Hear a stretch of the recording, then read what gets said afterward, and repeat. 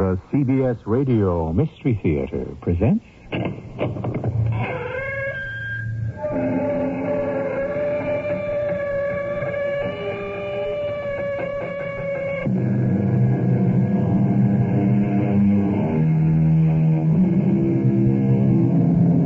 Come in.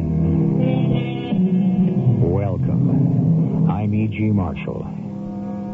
If you pick up a starving dog and make him prosperous, he will not bite you. That is the principal difference between a dog and a man. So said Mr. Mark Twain. Of course, what Mr. Twain didn't take into consideration was the fact that dogs and men have widely differing views on what it is that constitutes prosperity. Will you be home late to dinner again tonight, Alan? I won't be home at all, I'm afraid. Oh? Yeah, an old professor of mine's in town, and he wants to get together with some of his former students. Well, if you won't be home, I'll go to pistol practice. Pistol? What are you talking about? You know me. I like to take courses. This is one in shooting a pistol. Why would you want to learn how to fire a pistol?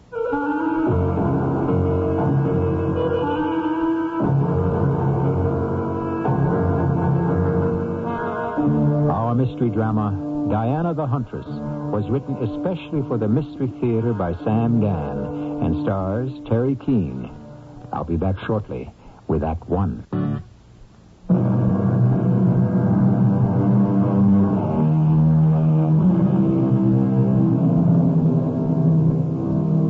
Time cools, time clarifies. No mood can be maintained unaltered indefinitely. Time changes us all, or it should. There are those who resist, who hold on, who refuse to let go of yesterday's truths, even though they have been revealed as today's lies. Okay, Mrs. Manley. Now let's look at the target. You see? Oh, they're not exactly on the bullseye, are they, Sergeant? No, ma'am. They're between the outer edge of the bull and the four rings. But you see this? What's that? Well, it's a cluster, what we call a group. All the bullet holes are together. Now, that is what is important. Why? Because it means I'm sending all the shots into the same place. Oh, I see. Now, my gun throws slightly to the right. Now, if I adjust it more to the left, I'd have the center of the bullseye. So, well, now, you ready? Ready as I'll ever be. Now, you remember that deep breath. You just hold it, and you squeeze. All right, now find the target. Now, hold it. Squeeze. Hey, I can tell from here you did okay. Well, we look at that target, huh? It's a nice group. A little bit high, but that's okay. Listen, are you sure you're new at this? Never held a gun in my hand till last week. Well, all I can say is you must be a natural.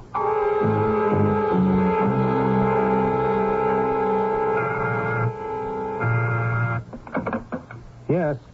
Your wife is here. Well, tell her to come in, Janet. Well, what are you doing downtown? Yes. I haven't the faintest idea. I've just had a lesson. What kind? Yes. Look, I really don't have the time, Diana. What kind would you suppose? I don't know, ballet, art, gourmet cooking. No. Well, what kind of lessons do housewives take these days? I take basic finance and money management, principles of law, computer analysis, and programming. Really? Well, I didn't know. Well, which of them did you have this morning? None of them.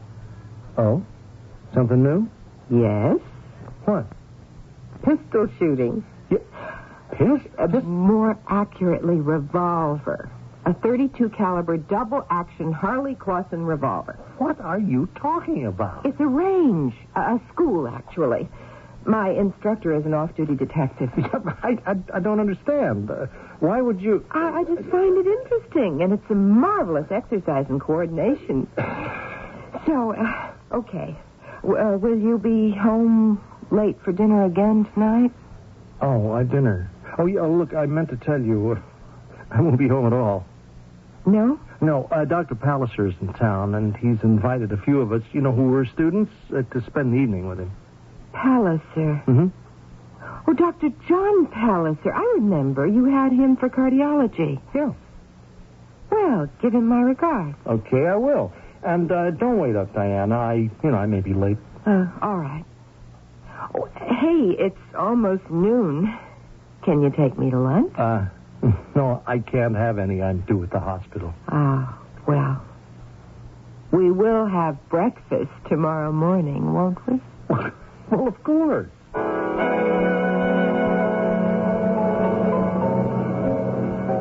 Alan? What is it, Janet? No, I don't suppose you have. You don't suppose I have what? If you had, we'd be talking about it, wouldn't we? Oh. Yes. Oh. Look, Janet, I am going to do it. Of course you are, darling. Of course. Hey, look, I mean it. Let's not talk about it. I am going to ask her for a divorce. Now, there is no two ways about that. I said, let's not talk about it. Why not? A woman like me, I suppose I could be called the other woman, is in a very awkward position. Oh, Janet. It's what your sports reporters call a no-win situation, isn't it? Okay, please, Janet. If we continue to talk about it, I'll have to ask you when. And soon I'll be nagging you, won't I? Janet, I have every intention. And then I shall be like your wife, who nags you all the time. And you shall say to yourself, where is the improvement? And that's the end of me. Janet, I love you. And I love you. I just can't live with her any longer. Then don't. But it's easy to say don't. We have been married for 15 years. You don't know how hard she worked to put me through college and then through medical school. I'm sure she worked very hard. And look, there were some lean times when I was doing my residency, when I first went into practice. Yes. Well, it's only been recently that I've been making some decent money. And now? Janet, I have to do it. But at my own pace and in my own way. Of course. Just bear with me a little bit longer. I just have to get used to the idea. That's all.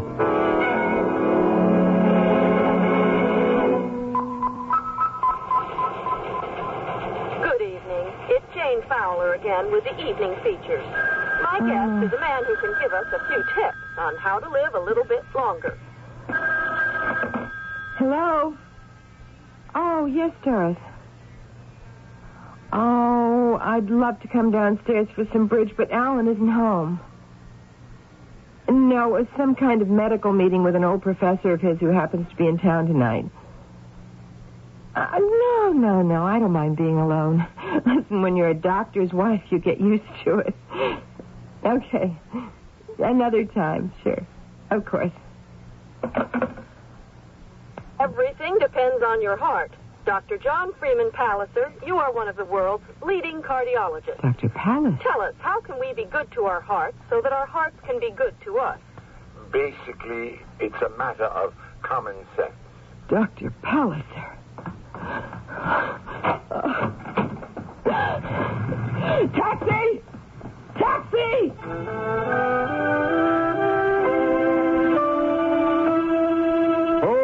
Wait a minute, lady. Nobody's allowed in the building this hour of the night. Not anymore. I want to see the Jane Fowler show. No, she don't have no audience. Is the show live? Well, sure it's live. Is her guest live, too? Well, what do you think? Dr. Palliser. Is he here? Oh, yeah. Oh, hey, the show is over. Here they come right now. Certainly a remarkable show, Dr. Palliser. A lot of listeners are going to live longer who heard it. Yes, that was Dr. Palliser. That was Dr. Palliser. I love everything about you, Janet. You're fresh, you're new, you're exciting. You're something new to me, too. I want to go places. I take a year, 2 years, travel, see the world. And what about your practice? I've always wanted to be a sailor. What's the difference now? Come on, let's get out of here. All right. Shall we go to your place? It's late. Well, if it's late for you, then... No, not for me. What about her? Oh, well, she thinks I'm having a sort of medical meeting tonight. All right. What's that tone I detect in your voice? I wasn't aware of any particular. Oh, yes. Come on, what are you thinking about? I'm just thinking how nice it will be when we're close together. No, you are also thinking of something else. Yes. I also think you want to get caught. How can you say that? That would resolve matters for you, wouldn't it? What's the matter, darling? Oh, nothing. I'm just nervous, I suppose. Would you like to watch a little television? Yeah, all right, okay. Oh, no, let's not. Well, why not? Because that'll make us like any old married couple. Okay, let's see if there's anything on, huh? If you say so. Let me look at the paper. I'm really sorry that I'm so nervous tonight. It's all right, darling. I'll tell you a program that we missed. Jane Fowler in the news. Well, why on earth would I want to watch Jane Fowler? Why is the name Palliser familiar? Palliser? Oh, yes.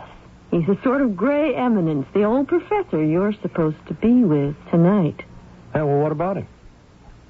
He was Jane Fowler's guest this evening. He was? Oh no. Here, let me see that. Oh, no, it can't be. I told Diana that I was going to be having dinner with him tonight. Yes. Oh, all the dumb luck. She watches that stupid program, too. Does she? Look, would I say she did if she didn't? Oh, I'm sorry. Well, what am I going to do now? Leave. Leave and say you were with Dr. Palliser until he had to go to the station for the interview. Oh, look, that was 2 hours ago. What took me so long to get home? You had a flat tire. Oh, come on, I don't drive in the city. Well, then you'll have to face her. Or perhaps you won't. What do you mean? Maybe she'll let it go. Oh, no. Not Diana. Oh, no, not her. Can you be sure? Maybe she doesn't want to face the prospect of a divorce either. What do you mean, either? Well, I'm willing to face it. All right. What does that all right mean? I better not say another word. It will have to be the wrong one. Janet, what am I going to do? Don't ask me. The reason I'm having trouble asking her is, well, I don't know what she'll do when I say it to her. I don't know how she's going to handle it. Alan, she'll have to accept it. Accept it the way a modern, intelligent, civilized woman would. Oh, boy, these things sound so glib, so pat. Oh, darling, what can I tell you? Suppose she does find out, huh? What is she going to do? You'll have to wait and see, won't you? Yeah. Yes, I guess I will. Darling, let me make you something warm to drink. No, I'm all right. Well, maybe I'd better be getting home. I'm going to have to face her sooner or later. Yes, you will. Is that the doorbell? Yes. It's Diana. Diana? Are you expecting anyone? No, of course not. Well, it can't be anyone else. What does she want? What is she going to do?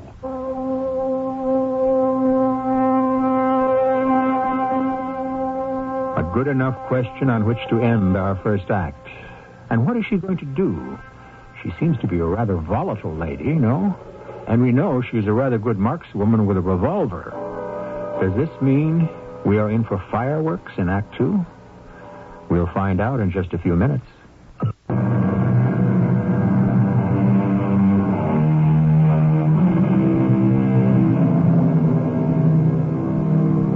Nothing can be more suspenseful or frightening than the knock on the door late at night when you don't know who it is.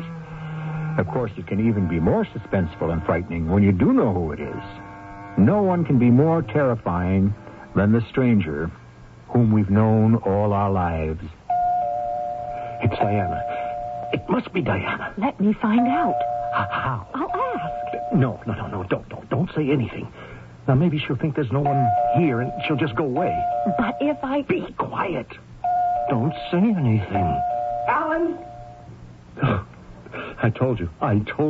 let me in. Open the door. No, don't open it. But you will have to face her. I know. I know you're in there, Alan. Open this door. Better open the door. She is angry. She is too angry now. You asked for it. She's got a gun. She's shooting at the lock. Oh, no. Diana! Yes. It's Diana. Look, you've got a pistol. It's a revolver, you can see. Now, Diana. Is Professor Palliser here, too? If he is, I hope he's wearing more clothes than you are. Diana, we must talk. Oh, yes, I'm going to talk. With this. And now, Miss Janet Morse. Now for you. Oh, it won't go off. Why won't it go off?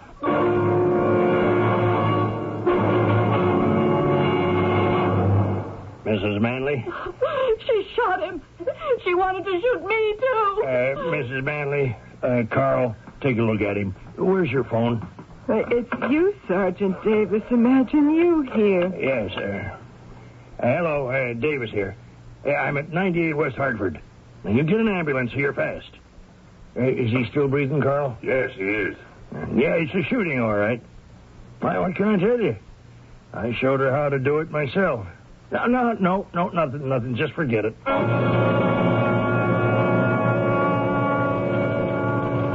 Crying out loud, Mrs. Manley. Why? He was cheating on me. Okay, but couldn't you... Couldn't I what?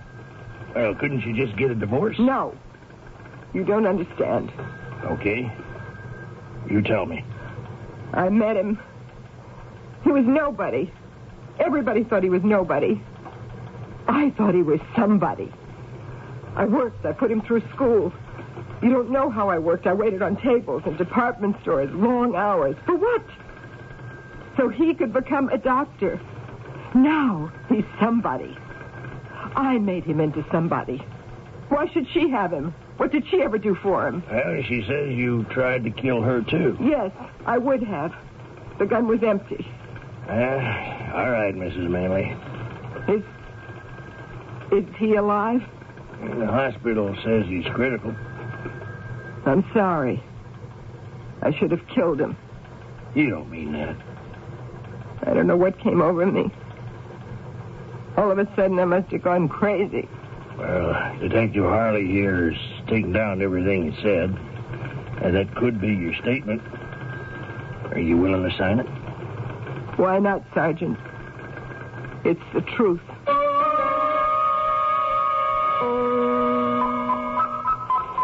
It's Jane Fowler with the Evening News Features. What happened last night? To begin with, a shooting.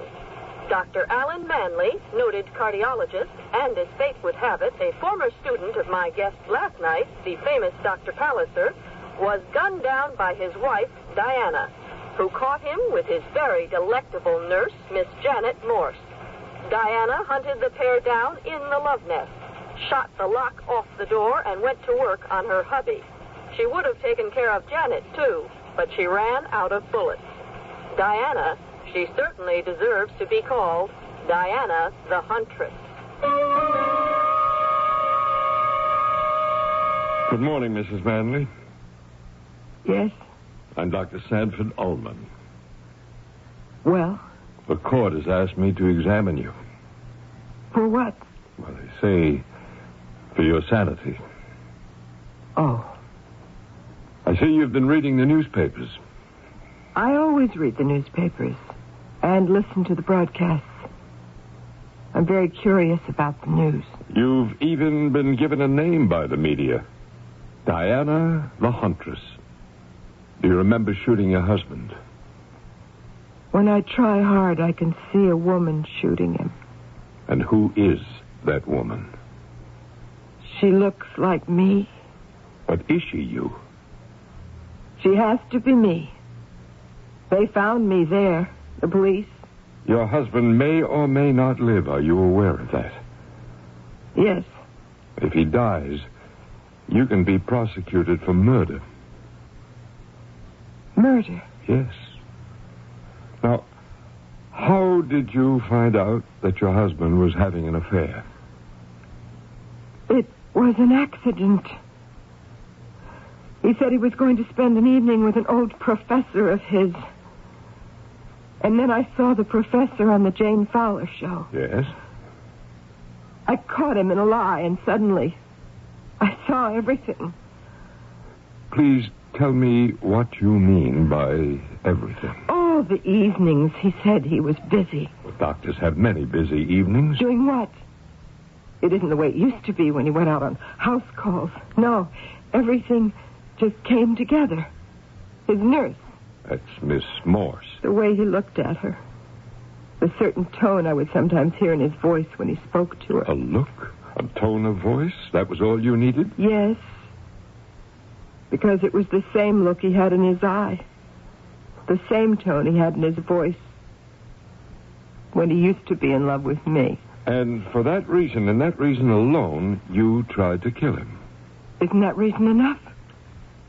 Before you saw Dr. Palliser on the news program, you had absolutely no idea that he was being unfaithful? I told you, no. None. All right, Mrs. Manley. Do you have anything else you want to say to me? What would I have to say? Think about it. I'll be back here tomorrow morning. Something might occur to you. Miss Morse? Yes? May I come in? Not if you're a newspaper reporter or with television. No. I'm a doctor. Oh, I probably need one by this time. Thank you. What do you do for a headache? The best thing is to find the basic cause. I suppose so. But that might take a lifetime. Yeah, it usually does. Why are you here? How well did you know Mrs. Manley? Not very. But you knew something about her. It was mostly at second hand. What he would tell me. Or what did you know at first hand? Only what I could see when she would come to the office to bother him. You said bother. So you know something already. It was obvious that she was bothering him. How? She would always be there to complain about something. Such as? Neglect. That's what it all amounted to. Why wasn't he home more often? I suppose she simply couldn't understand that a doctor has a great many obligations that keep him away from home. Oh, yes. And as it turns out, one of them was you. Only because I was more important to him. How did she behave toward you? She was always quite cordial. Did she suspect you in any way of having an affair with her husband? If she did, she never showed it. I see. Well, you've been quite helpful to me, Miss Morse. I wish you could be helpful to me. Someone should get the media off my back. I can't leave the house without being surrounded. I'm sorry. I suppose I'll spend the rest of my life being known as the other woman. I'll think of her. She'll always be known as Diana the Huntress. I don't think either of us really fit our parts.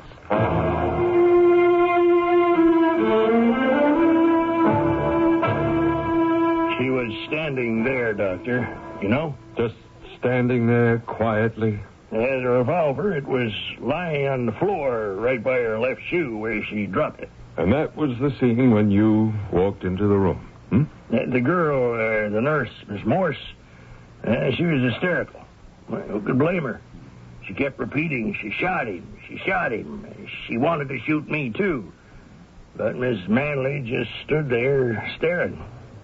Staring at what? Well, I don't know. Maybe at nothing. like she was in a trance. And then suddenly she says, "It's you, Sergeant Davis." She knew you. Oh, yes. Well, how? Well, there's this pistol range, and I moonlight there as an instructor. She was taking lessons. Why? It's not a bad sport. Was she aware of what she had done? Yes, I would think so. Did she say why she had done it? Yeah, she said she found out he was two-timing her. So she killed him. She was mad. I mean, angry. She done the wifely sacrifice bit, and now she was being thrown out for a younger dame. Is that what she said? Well, that's what it came down to. And so she tried to kill him in a white heat. Well, white, red, whatever it is, she just came apart at the seams. If he dies, will it be temporary insanity, Doc? That's what we have to find out. I only have a few minutes, Dr. Allman. I must make it plain. How can I help you? Dr. Palliser, do you remember a student by the name of Alan Manley? Manley. Why is that name familiar? Oh, yes, it's been in the news. His wife tried to shoot him. Do you remember him? Is he that Manley? Which Manley? Don Juan Manley. He had a reputation for being quite a lady killer. I suppose the reverse was almost true. Is he going to live? Well, he's still on the critical list. I hope he pulls through. Don Juan Manley, eh? Yes. That's how I remember him. When did you find out that your husband was being unfaithful? I told you when I caught him in that lie about Dr. Palliser. No, I don't believe it. Are you accusing me of being a liar? You say you found out 2 nights ago. I say you knew long before then. I say you knew it 15 years ago. That isn't true. That is not true.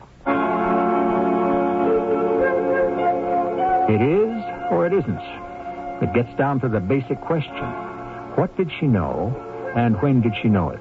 Well, whatever she knew and when, one thing is certain. We are going to know it all in Act 3.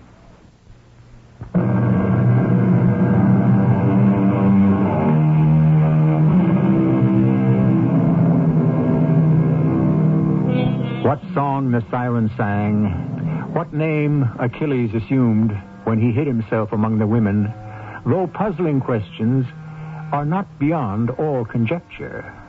No, indeed, Sir Philosopher. The most puzzling questions are not those of the far away, the long ago, but the plain, simple, everyday ones that always exist between men and women. You knew he was unfaithful 15 years ago. That's a lie, Dr. Ullman. You didn't know? It isn't true. He was never unfaithful to me. Well, then why was he called Don Juan Manley? Oh, that. Yes, Mrs. Manley, that. I see you've been doing some research. Yes, I have. You know what they say about knowledge. A little bit is worse than nothing at all. The same thing can be said about research. You dig, but you only scratch the surface. We do? Had you dug deeper, you'd have found out it was a joke. It was a joke. He was the most repressed, the shyest man in the class. I'm sure I was the first girl he ever really kissed. That's why they called him Don Juan. You know how cruel people can be when it comes to a joke. How did you meet him? I was working in the campus coffee shop. I was behind the counter. It was getting late and they're closing. And he was sitting there, just sitting. He'd finished eating long ago. And so I remember I said to him, "Would you like to pay that check? It's time to close." I'm sorry. Tomorrow's another day. Yeah. $1.80 tax. Huh? Oh, yeah, I have it here somewhere. 75, $1, 20, 30, 45, 60. Wait a minute. I have to have another 28 cents somewhere. Yeah, I could have sworn it. You don't have 28 cents? Well, I guess not. Will I have to wash dishes? No. You'd probably break more than 28 cents worth. Listen, you pay me tomorrow. Tomorrow? Yes, that's what I said. Well, I may not be here tomorrow. Oh, no? Oh, I'm fed up with the whole business. What whole business? School. I've been going to school all my life. Grade school and high school and college and now med school. Well, you have to go to school if you want to get someplace. I suppose. All right, what's someplace?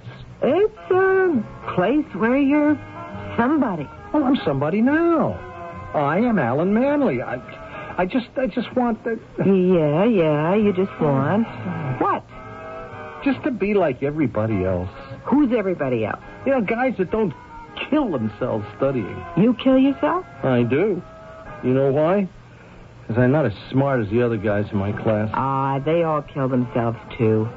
None of them have it easy studying. I hear them talking. No, I am killing myself working. I have to hold on to 2 jobs to make it, and at the end of the week, I'm flat broke, and what for? So I could be a doctor?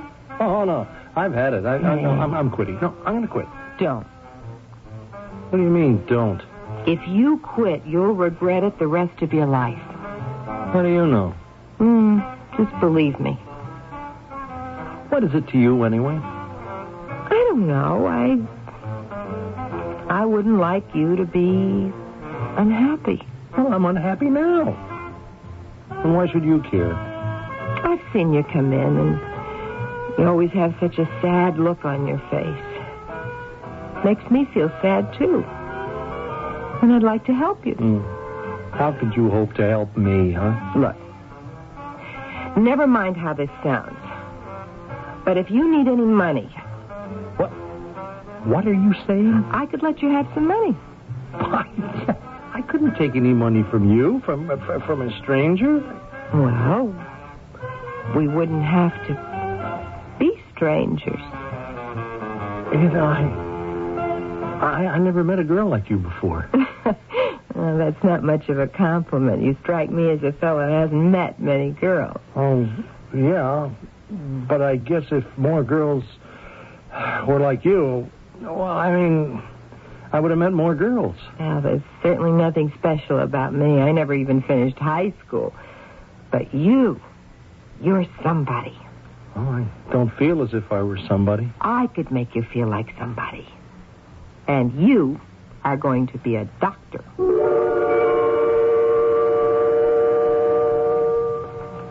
And he became a doctor. Yes. I worked at 2 jobs. We were married. I worked all the time, but he went through school. It wasn't easy. Yes, I know. I know what it is to go to medical school. But you don't know what it is to go to medical school and do a day's work at the same time. Even though I was always on one job or another, it wasn't enough. He had to find something, too, and lots of times I'd come home and find him fast asleep over his books. Hey. Hey, come on. Get up. I'll make you some coffee. What? You fell asleep. Oh, boy, I am so tired. I know. You know, I had to put in 4 hours with that road crew. Oh, but it pays good money. Oh, there is no such thing as good money.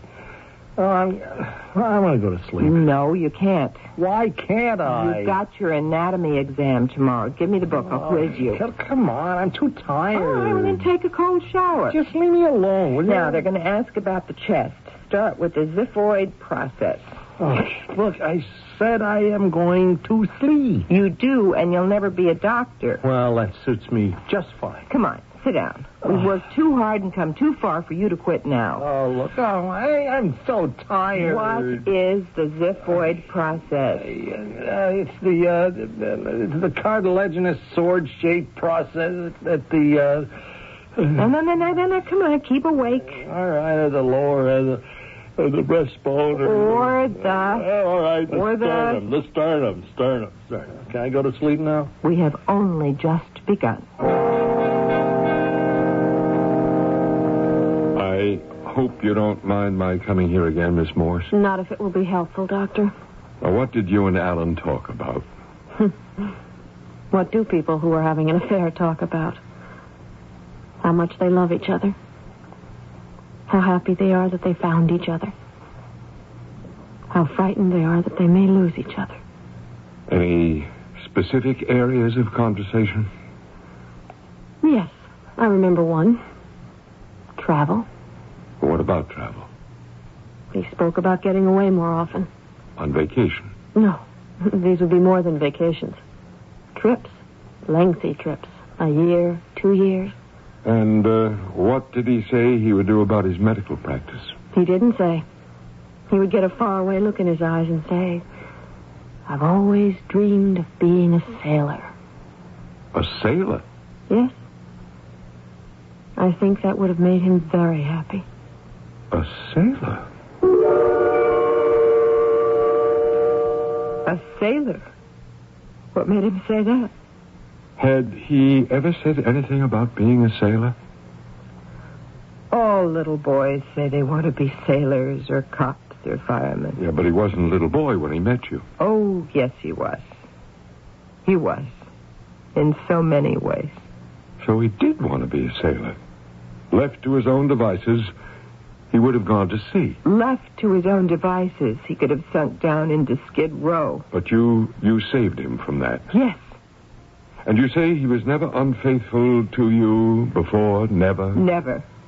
All those times when he was supposed to be studying, out working in the library, there was never another woman? No, there wasn't. Well, now, how can you be so sure? After all, you only caught him by accident this time. It isn't true. Why would he want another woman? Why? To get some quiet, to get someone soft and gentle who would let him alone. You're lying. No, am I? Just look at you. Your husband is wealthy, successful. Your clothes are expensive.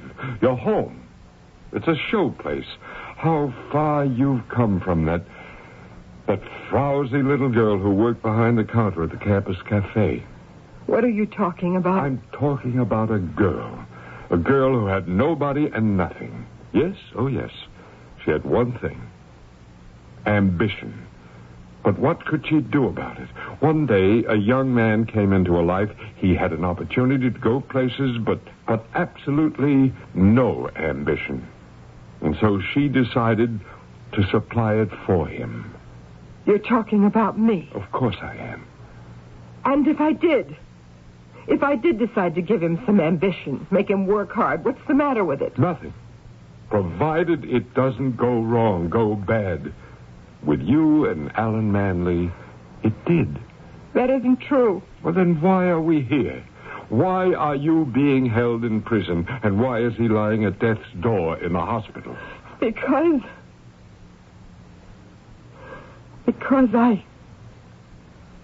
I couldn't control myself.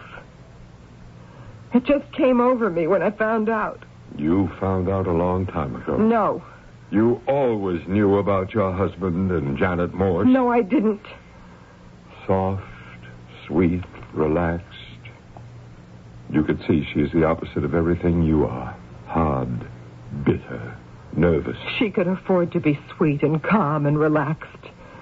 She didn't have to make him shape up. I could have been soft and relaxed. He was your passport from the coffee pot to the penthouse. You weren't doing this for him.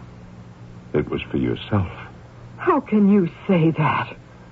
Would he have been better off as just a merchant seaman with nothing? Only he can answer that question. Now, you've been weeks preparing for this spontaneous outburst of passion. You even took shooting lessons so you could be sure to kill him. You knew he was cheating. You can't prove that. You were getting ready for a new life without him. You were taking courses. He has money, so do you. That's why you started to study finance and business law, and maybe you wanted a job. So you're studying computer programming. That isn't true. You registered for these courses. You're attending them. Well, excuse me. Dr. Ullman here. Oh, yes. Oh? Well, thank you very much. The hospital. He's taken a turn for the better. Oh. He has a good chance now. Mrs. Manley, let me ask you a question. When did you know he was having an affair with Miss Morse? I told you. I didn't. Please. About a year. Since the day she came to work for him. That's better.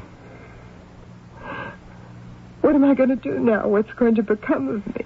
Instead of shooting him, why didn't you ask yourself two very simple questions? First, why did he want to have an affair?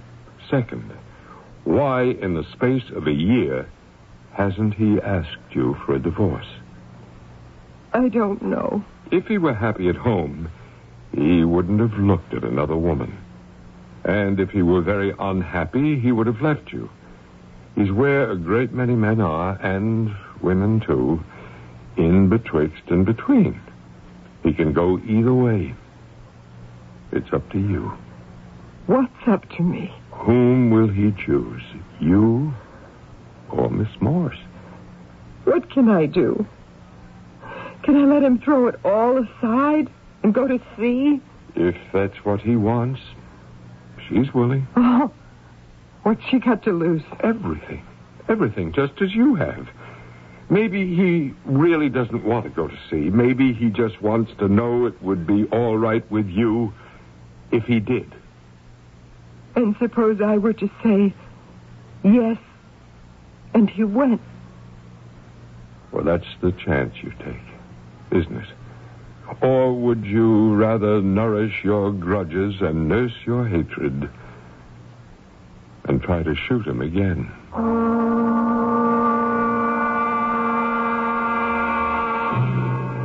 We always like to close these little tales, if we can, on a question. Thus, we have a story that never ends, but goes on and on, just like life itself. Of course, if Diane and Alan patch it up and live happily ever after, no one will care to hear anything about it. But if there is another shooting, oh, my, that makes a story, doesn't it? I'll be back shortly.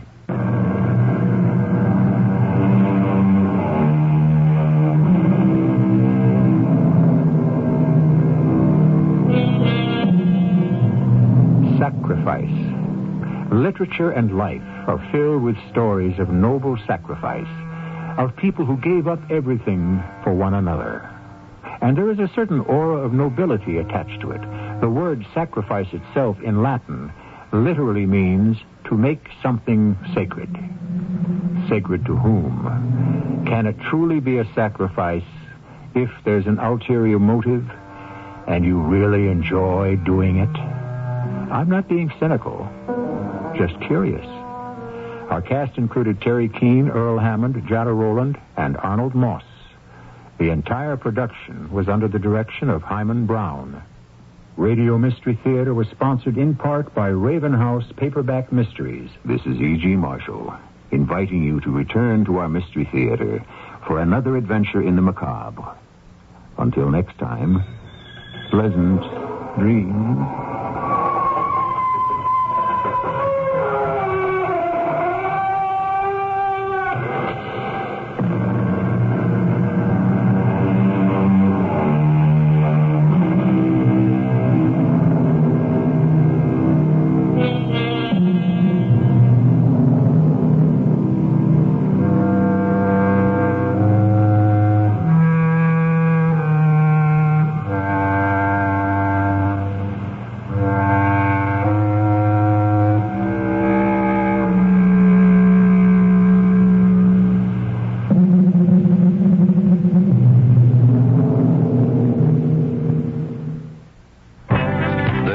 WGN television.